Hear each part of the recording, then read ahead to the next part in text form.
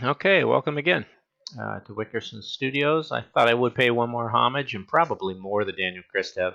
I think this really comes from his scripts and his trig function section of his website. I'm going to show what I did, basically an animation, pretty simple. I'll just let it run. It's kind of nice and smooth and does everything I ever wanted a piece of geometry to do. You can see here as it's playing through. It's a pretty simple script. I always like to read things backwards.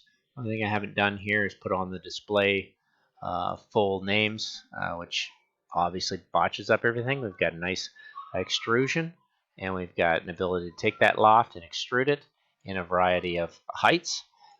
Two interpolated curves are what have been lofted, so that's pretty simple. And actually, if you looked at it that way, you'd see those two lofted between, and then the extrusion.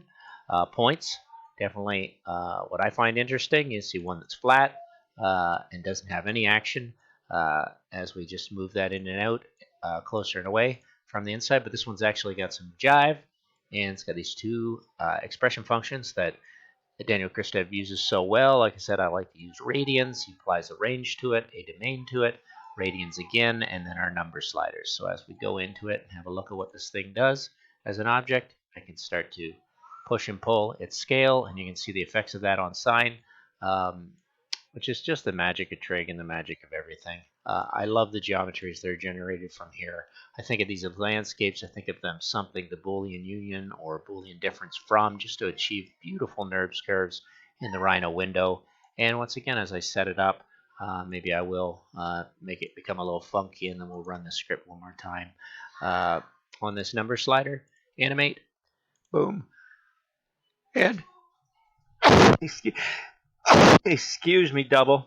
You get the passion of everything I ever loved in the world right there. So short little video, highly addictive, and parametric and beautiful form. If you're thinking of bricks, if you're thinking of modular units, all the things you can do in casting, all the things you can do in clay with this, it's pretty fantastic to think about it. It's just a beautiful pattern. Without even the renders, we're actually thinking of making this into an STL to print and make some beautiful. And if you want to see it in different materials, go to the EMAP over in Bake It, for instance, in Rhino, and throw it into a layer, and then over here throw it into a render, and I'm going to leave this, put it on EMAP, see if you like what you can start playing with. EMAP, hopefully this will work. Environmental map, and there we go.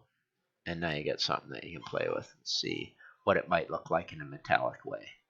Just gorgeous forms. Like, can you imagine that? Cast and polished in bronze, or in Monel, nickel, stainless, cast iron, whatever you want. Could be beautiful. If you're into this type of stuff, then I say keep playing with it. Thank you, Daniel Christev.